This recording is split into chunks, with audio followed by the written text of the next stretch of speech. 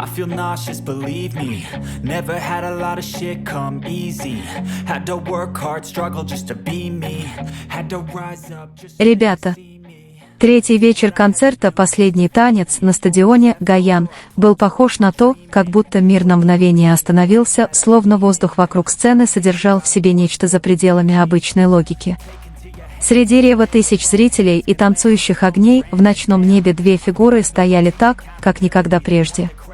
Чон Чингук и Ким Тэхён были не просто исполнителями, а двумя душами, пишущими свою собственную историю для мира. В каждом движении чувствовалась нежность, то, как Тэхён нежно гладил Чингука по голове, непринужденное объятие, которое казалось слишком искренним, чтобы быть постановочным, и то, как все это выглядело естественно, словно они забыли, что за ними наблюдают тысячи глаз. Эти мгновения пролетали, как сцены из непостановочного романтического фильма, но при этом они казались такими живыми. С началом интро атмосфера стала более интимной, не потому, что сцена затихла, а потому, что мир вокруг них словно исчез. Их взгляды, которыми они обменивались, перестали быть просто взаимодействием между участниками группы, в них было что-то более глубокое, более затаенное и теперь казалось нефильтрованное. Чингук небольшим жестом, знаком Ви, который он показал перед тем, как нежно стукнуть их кулаками, создал язык любви, понятный только им двоим. И там, посреди моря людей, они, казалось, создали свой собственный маленький мир, в который могли войти только эти два сердца. Были мелкие детали, которые некоторые могли упустить, но для тех, кто действительно обращал внимание, они стали всем. Когда Чингук положил руку на плечо Тэхёна, жест на этом не остановился. Его пальцы медленно, почти рефлексивно, массировали шею Тэхёна с нежной заботой. Те, кто следил за ним накануне, знали, у Тэхёна была повязка на шее, знак того, что с ним не все в порядке. Но в тот момент, без слов, Чингук проявил свою заботу настолько тонко, настолько лично. И Тэхён, слегка коснувшись подбородка Чингука, ответил взаимностью, жест, который ощущался как благодарность, как будто он говорил: «У меня все хорошо, не волнуйся», не произнося ни слова. Что делало все это еще более реальным, так это то, как они понимали друг друга без слов. Небольшого кивка Чингука после того, как Тэхён слегка коснулся его подбородка, было достаточно, чтобы передать, что сообщение было услышано. Не было диалога, не было слов, но их общение казалось яснее любого долгого разговора. В этом и заключалась красота, в том, как они чувствовали друг друга, замечали мельчайшие детали и отвечали с той теплотой, которая присуща только по-настоящему связанным людям. И как будто этого было недостаточно, чтобы заставить мир содрогнуться, они создали еще один момент, который казался почти слишком сладким, чтобы быть правдой. В одной из сцен они коснулись друг друга коленей, небольшой, простой жест, который некоторые могли бы даже посчитать игривым. Но то, как они это делали, их неотрывный взгляд и легкий, естественный смех создавали ощущение, будто это два подростка, только что открывшие свою первую любовь. Сколько бы лет ни прошло, сколько бы этапов ни пересекались их пути, что-то в их взгляде оставалось неизменным, теплым, соблазнительным и полным чувств. Затем Чингук нежно погладил волосы Тэхёна, почти незаметно, если не присмотреться. Его взгляд остановился, словно в толпе из тысяч людей он видел только одного человека. Тэхён ответил взаимностью, глаза говорили громче слов, легкая улыбка казалась секретом, известным только им двоим. Когда их руки наконец встретились, это было непростое рукопожатие. Они держали друг друга дольше, крепче, словно не желая отпускать. В тот момент многие чувствовали себя зрителями, случайно вторгшимися в их личное пространство, пространство слишком интимное, чтобы им делиться, но каким-то образом они делились им без колебаний. В ту ночь многие задавались вопросом, это просто совпадение или что-то витало в воздухе, что делало их такими открытыми. Потому что снова и снова это взаимодействие повторялось.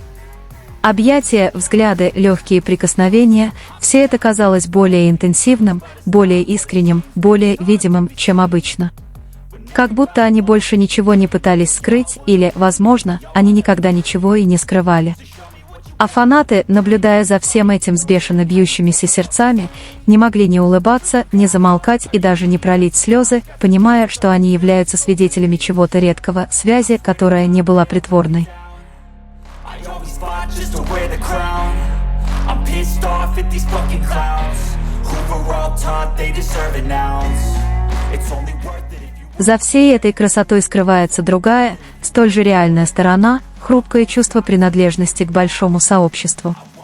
Когда кто-то делится таким моментом, есть надежда быть услышанным, увиденным и прочувствованным вместе с другими. Но иногда алгоритмы, ограничения на просмотр или даже жалобы других могут заглушить этот голос. Возникает замешательство, возможно, немного грусти, ведь никаких правил не нарушено, но охват все еще кажется ограниченным. Тем не менее, есть надежда, что это всего лишь системный сбой, который скоро будет исправлен, потому что такие истории заслуживают того, чтобы ими делились, заслуживают того, чтобы их прочувствовало больше людей. Но когда внимание переключается и музыка переходит в следующую часть, волшебство еще не совсем заканчивается.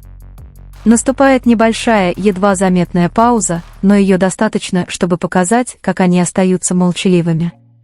Тэхён делает шаг вперед, затем, не поворачиваясь полностью, как будто убеждается, что кто-то все еще позади него.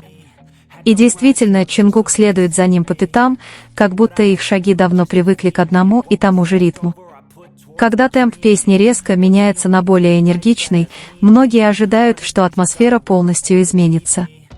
Но все оказалось наоборот. Несмотря на быстрое движение и динамичные построения, они все же нашли способ установить контакт.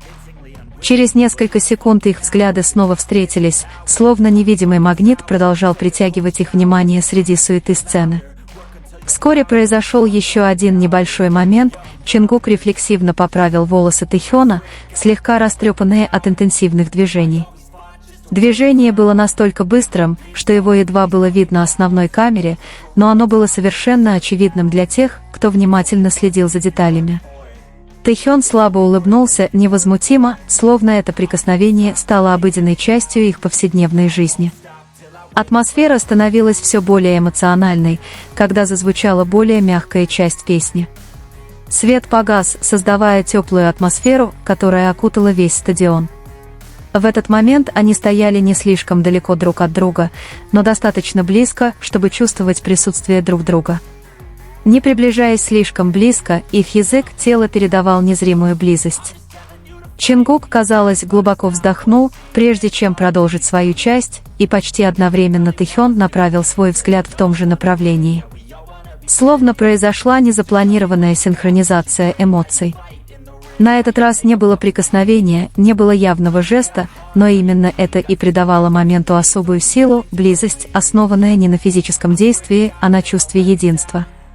Когда они вернулись в групповой строй, на мгновение их плечи слегка соприкоснулись. Контакт был кратким, но реакция была ощутимой. Чингук слегка улыбнулся, а Тэхён сдержал смех. Не из-за чего-то смешного, а из-за этого короткого момента единения, о котором знали только они. Время шло, но каждая секунда, казалось, продлевала историю, которую они писали. Во время одной из заключительных строк песни они стояли рядом, лицом к зрителям, с глазами, полными энергии. Но в этот момент Тэхён искоса взглянул, проверяя, где находится Чингук. Это была небольшая привычка, которая показывала внимание, не будучи при этом слишком очевидной. По мере того, как аплодисменты становились все громче, атмосфера становилась еще более оживленной. Но посреди эйфории они все еще оставляли друг для друга небольшое расстояние. Чингук слегка наклонился, что-то неразборчиво говоря, и Тэхён ответил тихим кивком.